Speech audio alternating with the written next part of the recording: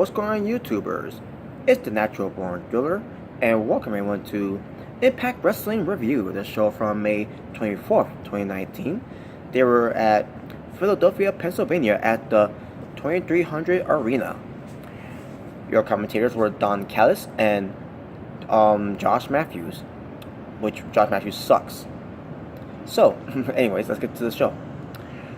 We get the opening match between Sami Callihan versus Fallah Bahh, being accompanied by Scarlett Bordeaux. I think Sami Callihan, excuse me. I think Sami Callihan was being accompanied by OVE, which is Jay Christ and Dave and Jay Christ, I meant to say. So, as far as this match was between Sami Callihan and Fallah Bahh, highlights of the match. Fallah Bahh takes control in the early ongoing, forcing Sami Callihan to restart to the outside. Sami Callihan targets Fallah Bahh, exposed feet, numerous times in the match. They exchange strikes in the middle of the ring. Fallah gets an uppercut and goes for a big belly-to-belly suplex. Fallah Bahh goes for a Samoan drop when Dave and Jay Crest come to the ringside.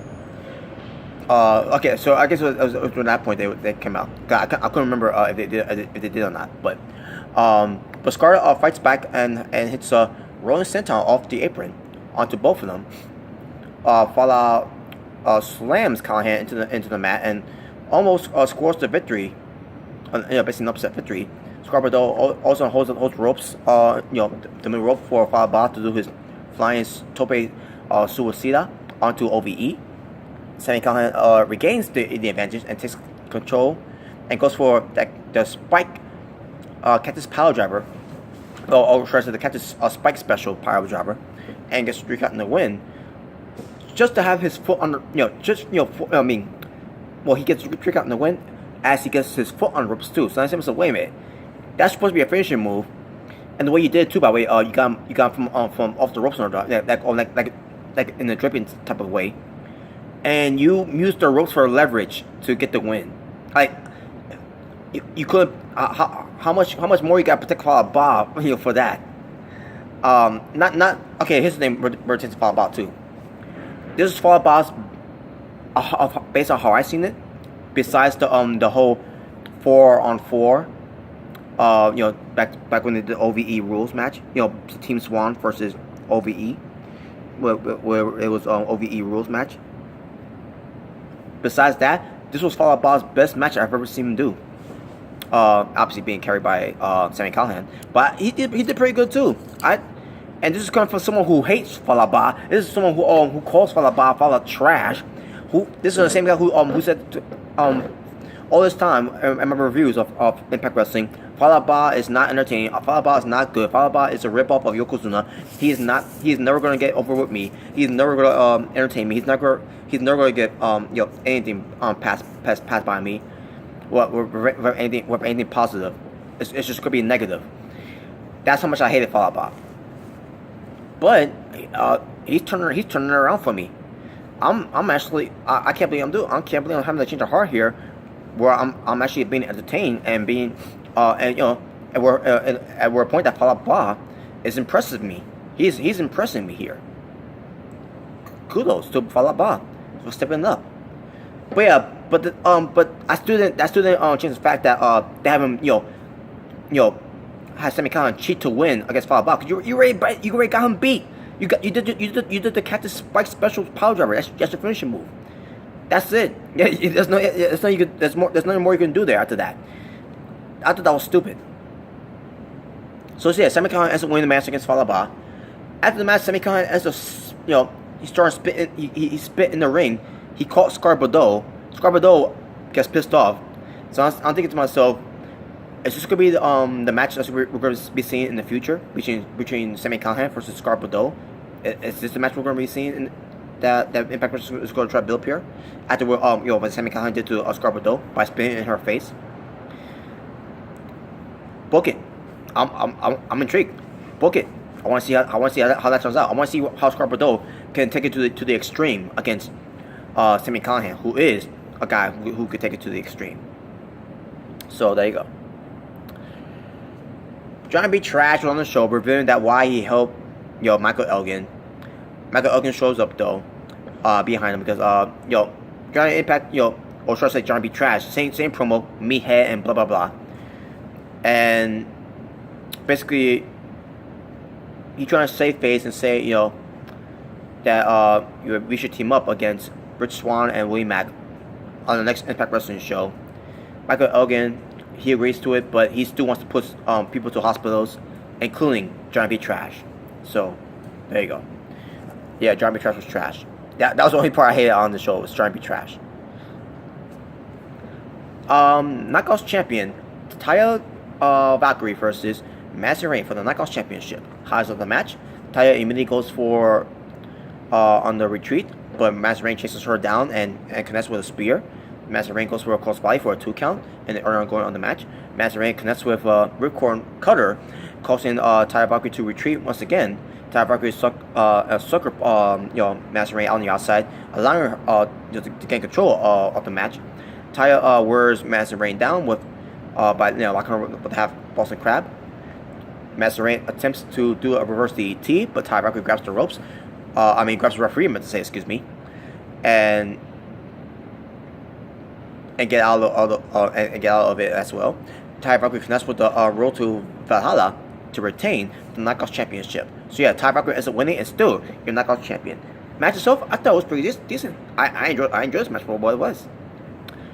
After the match, also we get Rosemary coming out with her prisoner to stook out in her in that demon collar, Su Yung. Su Yung looks different, by the way. She still got the face paint and all that, but she's wearing something different now. But yeah, Rosemary got Su Yung with her, and she's got tied her on the turnbuckle because that way she won't, or ring post, whatever. That way she won't go anywhere. And Rosemary gets in the ring and she wants to challenge Taya Valkyrie, basically rehashing the rivalries. This was Taya Valkyrie's first rivalry that she had in Impact Wrestling. It was against Rosemary. Unfortunately, and it didn't go that far because Taya Valkyrie had some visa problems at the time. But anyways, and they ended up having a match anyway. And last year in 2018, having series of matches and all that. And now they're gonna have a match again. This time it's gonna be it's gonna be a prize, and that's the Knockouts Championship. So yeah, Rosemary wants Rosemary wants the Knockouts Championship title again against Taya Valkyrie, and Taya Valkyrie feels threatened of it as she walks off. So there you go. And there you go. I should mention this too, by the way. I don't remember it happened after this, but Rosemary gets confronted by James Mitchell backstage. As he's got Rosemary got Su Yung. By the way, I should point one thing. Su Yung was wearing a push-up bra, which I thought was pretty nice. Basically, she's Rosemary. I'm assuming because Rosemary's got Su Yung as a prisoner now. Rosemary had Su Yung all dressed up and all that, and making her look good. So it's basically Rosemary's sex store up, if you know what I mean. Yeah. So yeah, but for James Mitchell, he wants Su Yung back. Tells Rosemary to hand over Su Yung, and Rosemary refuses to, and she says she's going to kill Su Yung when the time is right. Well, we'll see what happens with that one. Well, I guess where that goes from there. Tag Team Championship. Yeah, Tag Team Championship match. The Tag Team Champions LAX, Santana Ortiz, being accompanied by Conan versus The North, All Eagle Ethan Page, and Walking Weapon, Josh Alexander. Highlights of the match. LAX gets their theory of double team offense on the early ongoing stage of the match. Santana attempts for a dive through the ropes, but Page catches him and slams him in midair. The North gain control until Ortiz connects with a power slam, on Page to build the momentum. Alexander walks into a big kick from Santana for a 2 count. Alexander hits a top rope knee drop onto Santana for a near fall. The North hits Ortiz with a modified double team neutralizer, which I thought was pretty cool the way they did, by the way. But Santana breaks up though. Santana goes for the rolling cutter, and followed by their signature on double team offense for the win. So your winners, and still your Impact Tag Team Champions, LAX, and this tag team match was pretty damn good. And I was like saying to myself, this was what tag team wrestling is all about. Something that WWE doesn't know about. Just saying. But yeah, LAX did a good. And by the way, representing Santana, he looks like he's still alright. I heard about what happened to Santana with him being injured, but we gotta wait and see how that turns out. Later on, pertains to more of these tapings coming out, because I don't want to be spoiled of anything that that might find online. So, but yeah, this was a great tag team match though. I loved it. We got Glenn Gilberti, the Disco Inferno. He does an exhibition match, but when he came out there, he looked like he's getting ready to work out or jog, something like that. And he goes up against Ashley Volk, or Ashley Vox. I think that's how I say her name. I guess. Ashley Vox. But Glenn Gilberti is he continues to disrespect the women's wrestling, to give his his opponent he's not giving his opponent any credits. He still talks about Scar Bordeaux, and I say to myself, okay, but if you're talking about Scar Bordeaux, take it with her. Why are you taking it with the other women's? What? I didn't get it at all. But basically we get this match going on. I mean, if you want to call it a match, But Ashley looked pretty decent in the match, despite Glenn Gilberti, was taking some cheap shots to her and all that. Also, we get Tessa Blanchard coming out for the save, and Glenn Gilberti retreats. And this match is going to be advertised for the next Impact Wrestling show, which we'll get to that one, where we change the top Valkyrie versus the Disco Inferno, Glenn Gilberti. So, there you go. So that's the best they got for Tessa Blanchard, huh? Okay.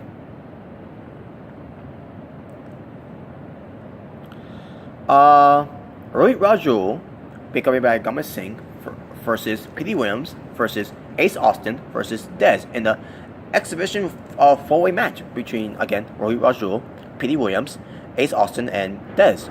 Highs of the match: Dez hits Rohit with a cutter, followed by a dive into Ace on the outside. Ace goes for the space fly tiger drop, taking out Dez and PD on the outside. PD goes to hit Ace with the Canadian Destroyer. He attempted for another one on Dez, but he breaks it up. I'm sorry, he attempted another one onto Dez, hits it, and then he broke that up. My apologies. So yeah, he broke the pinfall of that one because PD Williams was about to win. And he broke up with the foot stomp, which I thought was pretty cool. Dez hits Rohit with a modified handspring Pele kick, or should I say a double Pele kick in the way, and gets a 3 count in the win. And that's supposed to be, and that's Dez's finishing move too, by the way. So yeah, and this match was pretty good too. All 4 guys in this match, in this exhibition match, was pretty good as well. Like, wow, Impact Wrestling is stepping the game up here. What pertains to these matches. And finally, before we get to the main event, Tommy Dreamer earlier on the match, of the show, he cut a promo about himself versus Rob Van Dam, where it pertains to wrestling in WWE, and where it pertains to wrestling in ECW at the time. And now they're going to wrestle each other in Impact Wrestling. Well, they did before as well in Impact Wrestling, but in the main event. He basically talked about the main event and everything, and then he says, we're going to the extreme, because this is where it all began for RVD and Tommy Dreamer, and this is where it end. This is where it's going to end. So the match happens between Rob Van Dam versus Tommy Dreamer. Now, basically when these type of matches, folks, it's not gonna be a great match, obviously, but I expect it to at least be decent, or at least so far so good. All I can say is right now, folks, this match between RVD and Tommy Dreamer was way better than Triple H and Batista, way better than Triple H and The Undertaker. Who else can I say when it pertains to Triple H matches? Oh yeah, way better than Triple H and Randy Orton back in WrestleMania 25, which that was the main event, and it was a horrible main event. I mean, it wasn't a bad main event match, but at the same time, people didn't care about it. It was just a flop main event match, to say the least. But yeah, these guys were going at it in this match, which by the way, highlights of the match. This was a huge matchup between the two hardcore wrestlers in Philadelphia, Philly. They start brawling outside the ring. Tommy Dreamer sprays a bottle of water in RVD's face. RVD goes for a running drop kick with a steel chair in the corner. Tommy Dreamer ties up RVD in a tree wall with a steel chair placed on his face and all that. As he goes ECW and goes running for the low drop kick. RVD RVD goes for the Rolling Thunder with a steel chair on Tommy Dreamer, but Tommy Dreamer avoids it. Tommy Dreamer hits a sick power driver on RVD, which RVD spiked himself in there, which was pretty cool, pretty well done. RVD always does that. He's a mastermind craft of the game where it pertains to spike himself to make his opponents look good. Like for example, when RVD got RKO by Randy Orton back into the E, RVD always spikes himself to make the move look devastating and to make Randy Orton look good. And this was no obviously with RVD this was no different. So RVD obviously he kicked out, and then to finish the match, RVD goes for the 5-star frog splash and gets the 3 count in the win over Tommy Dreamer. And which I thought the match itself was pretty decent. Decent main event match here, which was hardcore match between RVD and Tommy Dreamer. Back to their old roots. After the match, also we get the North beating up on Tommy Dreamer and RVD. They start fighting back, and then also Moose comes in wearing silver leather pants, red leather vest, whatever. I don't know what he was wearing, but who cares? But anyways, North and Moose was beating up on RVD and Tommy Dreamer. All of a sudden, the lights goes out, and I see myself, oh, okay, I know who this is. Obviously, it's gonna be Sabu, and sure enough, it was. It was Sabu coming out of nowhere, which I enjoyed, by the way. Despite what Sabu said about Jim Ross, Sabu was still one of my favorites. I'm not condoning what he said about to Jim Ross and all that. But at the same time, he's I look at him as a legend, and I look at him since on TV and all that. He's one of my favorites of all times, obviously. Now, what Sabu said about Jim Ross was not right. It was uncalled for, and he should never said that. I don't know what we were thinking of saying that to Jim Ross at the time.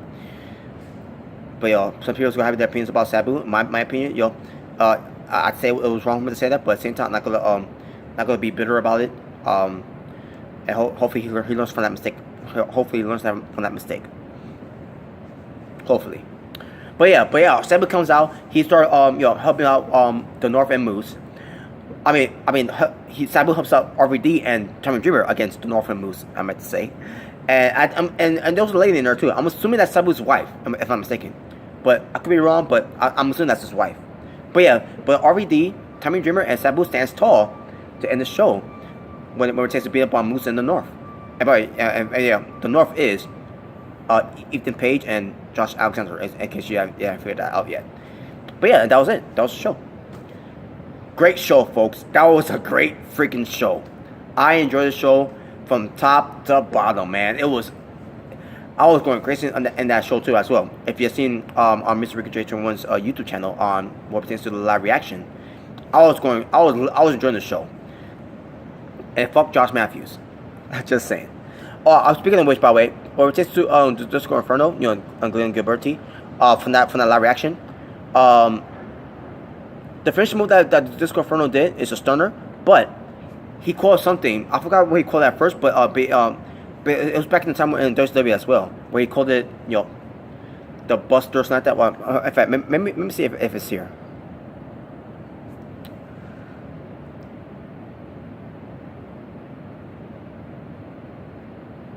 No, it's not here. But he called it the something Buster, because kick and then Buster and all that, right? Because he I guess he didn't want to call it the Inferno Stunner or something like that, or the Disco Inferno Stunner or whatever. At the time, where it pertains to him back in WCW, where it pertains to Stone Cold Steve Austin with the Stone Cold Stunner. I don't know if that was the reason why, but he called the something Buster at the time. So and the reason why I bring it up too, by the way, is because in live reaction, I guess we all mistakenly heard one of the commentators, either Don Callis or Josh Mackley, said we all thought they said the Brainbuster, which it actually wasn't. After looking back at it, it was I can't remember how they said it, but I can't remember the name of the move anyways, but it wasn't the Brainbuster that they said. So. And so I want to come up here and make an apology for that, and also on behalf of the rest of the asylum that said that as well. On behalf of them, we all apologize for making that mistake. So, but anyways, talking about wrestling for Impact Wrestling, the show from May 24th, 2019. Let me just double check.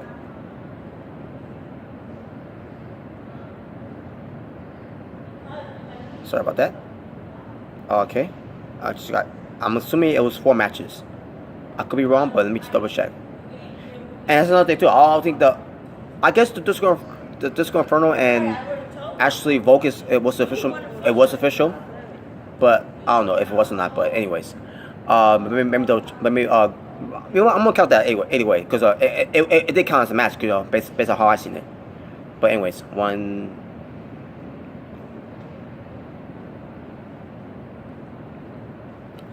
I guess it's 6 matches here. Let me just double check.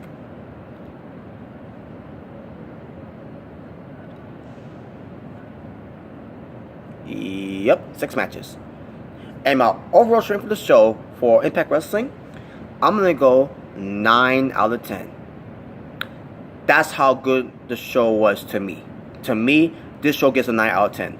Again, I love this show where it pertains to the wrestling, where it pertains to a few segments. From top to bottom, it was amazing. I enjoyed the show, and I enjoyed watching the show with the rest of the guys on the live reaction. That's what made it more fun too. And on top of that, with the for watching on Twitch TV, we're pertaining to the whole thing with Melissa Santos, which I thought was hilarious. But there you go, 9 out of 10. I enjoyed it. Amazing show. So, with that being said, thank you all for watching. For It's the Natural Born Driller, saying peace on the streets. For this was your Impact Wrestling review. Take care, folks.